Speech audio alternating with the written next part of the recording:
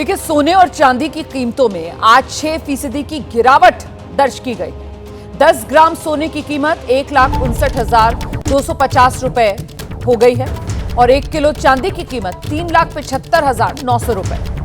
तो ये बड़ी गिरावट है जो एक दिन में चांदी और सोने की कीमतों में देखी गई है।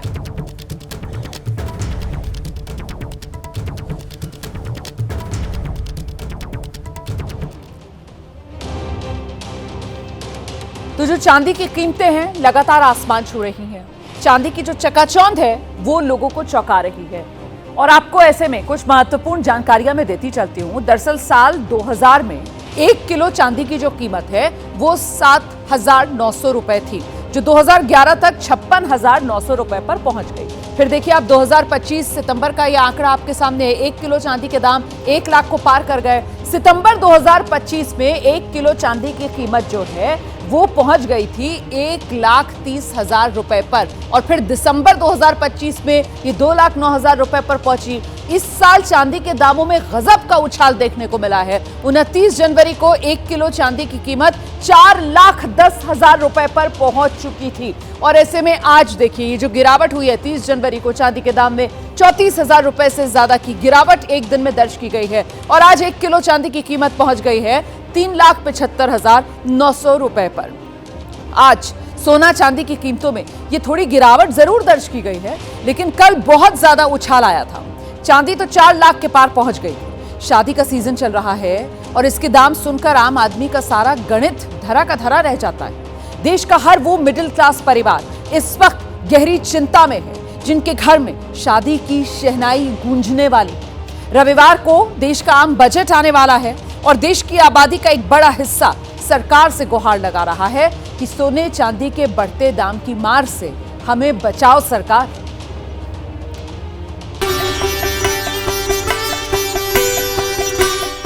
जो रेट सोने का हो गया है और चांदी का भी, तो अब सही में लगता है कि नामुमकिन सा लगता है। हम लोग तो भूल ही गए हैं कि सोना क्या है और चांदी क्या है। इस रेट से कोई खरीद नहीं सकता है, कोई अपनी बेटी की शादी नहीं कर सकता है।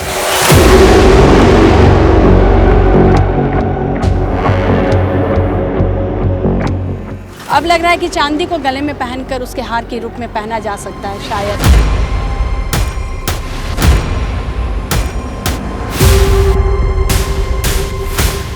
और इतना महंगाई बढ़ रही है जिस स्पीड से लोग बाग चांदी पहनना बंद कर देंगे।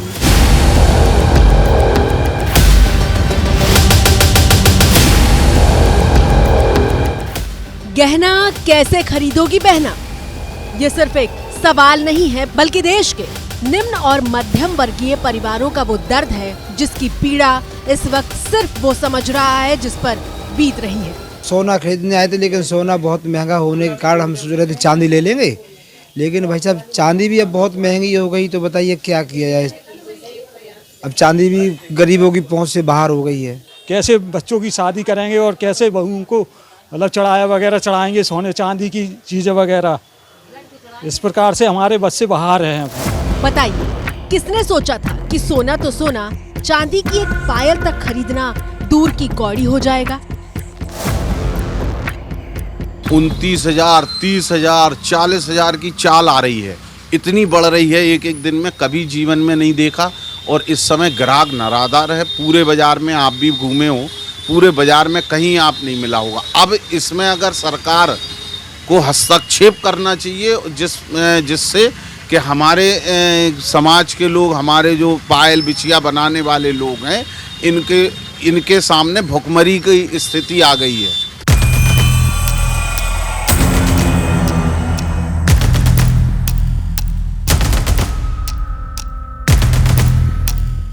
अब तो समझ लो भैया कि जिसके पास चांदी का ढेर है वो ही धन्ना सेठ है, क्योंकि दुकान पर तो बिछिया खरीदने भी जाओ तो दाम सुनकर दिन में तारे दिखाई देने लगते हैं।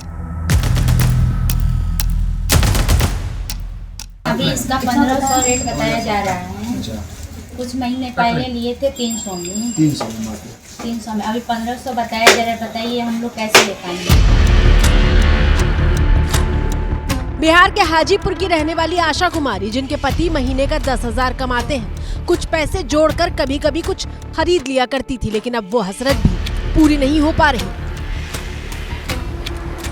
बिछिया जो न सिर्फ 16 श्रृंगार का हिस्सा है बल्कि उसे सुहाग की निशानी माना जाता है, लेकिन सबसे सस्ता चांदी का आभूषण मानी जाने वाली ये बिछिया भी गरीब की पहुंच से बाहर होती जा रही है। जो हिंदुस्तान में सुहाग की निशानी कही जाती है बिछिया, वो बिछिया कोई जमाने में 300-400 रुपए की, जमाना भी क्या कहें आपको, पिछले साल की बात करें तो 300-400 रुपए की थी और जमाना एक ही साल में बदल गया और एक छोटी सी बिछिया भी 2-2, 2,500, 3,000 हजार की आ रही है।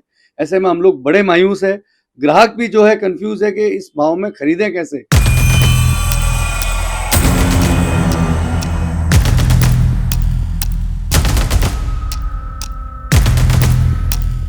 बिहार के पटना से लेकर हाजीपुर तक और राजस्थान में जयपुर से लेकर जोधपुर तक हर जगह खरीदारों का यही हाल है।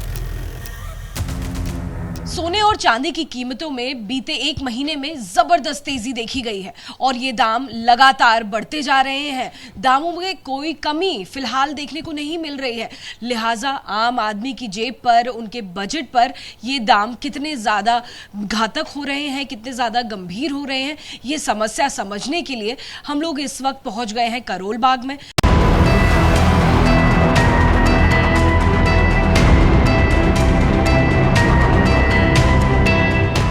एबीपी न्यूज संवाददाता अजातिका सिंह को दिल्ली के करोल बाग की ज्वेलरी शॉप में एक ऐसा परिवार मिला जो बेटी की शादी के लिए चांदी का पुराना सामान और कुछ गहने लेकर आया ताकि शगुन में कुछ नया दे सके। पढ़े लिखे नहीं है, कोई पुराना चांदी उंदी थे वो लाया थे।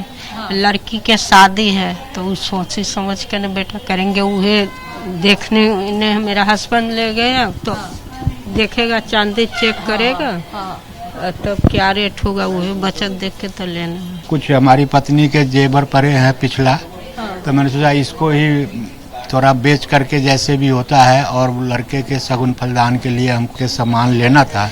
हम अप्रोक्स कुछ रेट बताइए जिससे कि हमें पता लग सके, फिर मैं अपना जेब का बजट देखूं जो मेरा सामान कितने का होगा।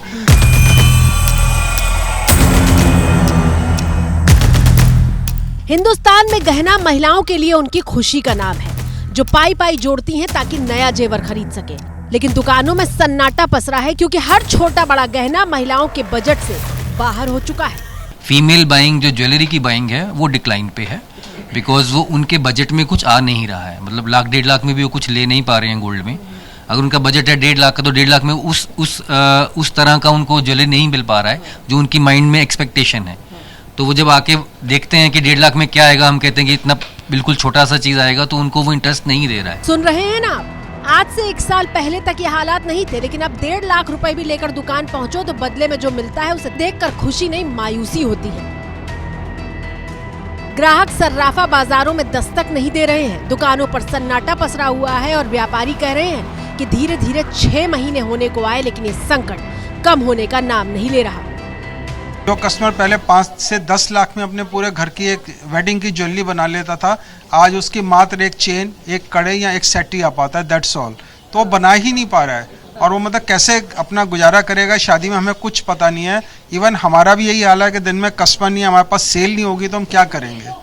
हमें भी ऑलमोस्ट 6 महीने हो गए खाली बैठे हुए। अब तो ग्राहक भी कहने लगे हैं कि अगर यही हाल रहा तो वो वक्त दूर नहीं जब देश के लोग जेवर पहनना ही छोड़ देंगे। ये वो कड़वी हकीकत है जिसे ना तो स्वीकार करते बनता है और ना ही खारिज करते। पहले इतने मोटे कड़े बना देते थे, अब तो है कि अब हम कहते हैं कि पतली, कितनी पतली बन जाएगी चूड़ी, हमारे बजट में हो जाए जो। अब जो देश के आम लोग हैं बेबस हैं, बस इंतजार कर रहे हैं कि ये रिकॉर्ड तोड़ने वाली सोना चांदी की कीमतें जरा स्थिर हो जाएं। लेकिन सवाल तो ये है कि आखिर सोने चांदी के दाम में ये आग लगी क्यों? माननीय सभापति महोदय, मैं सदन के माध्यम से केंद्र सरकार का ध्यान देश में सोने एवं चांदी की बेकाबू कीमतों की ओर आकर्षित करना चाहूंगा, जिससे ग्रामीण भारत, विशेष रूप से महिलाओं और विवाह योग्य परिवारों की कमर तोड़कर के रख दी है। राजस्थान से कांग्रेस सांसद नीरज डांगी ने राज्यसभा में सोने चांदी के बढ़ते दामों से देश की गरीब जनता की परेशानी का मुद्दा उठाया। पिछले 13 महीनों में अगर दिसंबर 2024 से जनवरी 2026 तक देखते हैं तो भारत में चांदी की कीमतों में लगभग 306% की वृद्धि और सोने की कीमतों में 111% की वृद्धि देखने को मिल रही है। जो कीमत स्वर्ण आभूषण की दिसंबर 2024 में 7,000 रुपये प्रति ग्राम थी, वो आज बढ़कर के 15,000 रुपये प्रति ग्राम हो गई है। सोने चांदी की कीमत सरकार कंट्रोल करती है, इंटरनेशनल मार्केट कंट्रोल करता है। ये भी नहीं पता है, राज्यसभा में ज्ञान दे रहे हैं। बात सही है कि सोने चांदी की बढ़ती कीमतों का फैसला अंतर्राष्ट्रीय बाजार से होता है, लेकिन देश के तमाम मिडिल क्लास परिवार तो सरकार का मुंह देख रहे हैं ताकि वो कोई ऐसा फैसला ले जिससे उन्हें कुछ राहत मिल सके। आपकी स्क्रीन पर मौजूद ये दिल्ली का एक परिवार है जिनके घर में बेटे की शादी है, लेकिन परिवार समझ नहीं पा रहा कि रिवाज के मुताबिक जिन्हें सोना देना था उन्हें कैसे देंगे। अब लड़की अगर ससुराल में जाएगी तो क्या दिखाएगी, कुछ होगा तो दिखाएगी ना। पेरेंट्स की भी बेइज्जती है उसमें। सोने का रेट वहाँ तक पहुँच गया कि माँ बाप सोचेंगे जहाँ हम 5 तोले देते लड़की को 3 तोले का देंगे, जहाँ हम चूड़ियाँ देते चूड़ियाँ नहीं देंगे, अंगूठी दे देंगे। कमी तो हमें करनी पड़ेगी। आम आदमी जब परेशान होता है तो मदद की उम्मीद भी सरकार से ही करता है और मुश्किल हालात में गुस्सा भी सरकार के खिलाफ ही निकालता है। सरकार ये मैं जो देखता हूँ, मैं खिलाफत में किसी सरकार की नहीं करना चाहता, लेकिन जहाँ पर मेरे परिवार की बात आएगी, मेरे घर की बात आएगी, तो मैं देशभक्ति तभी कर सकूंगा जब मैं अपने परिवार का पेट पाल सकूंगा।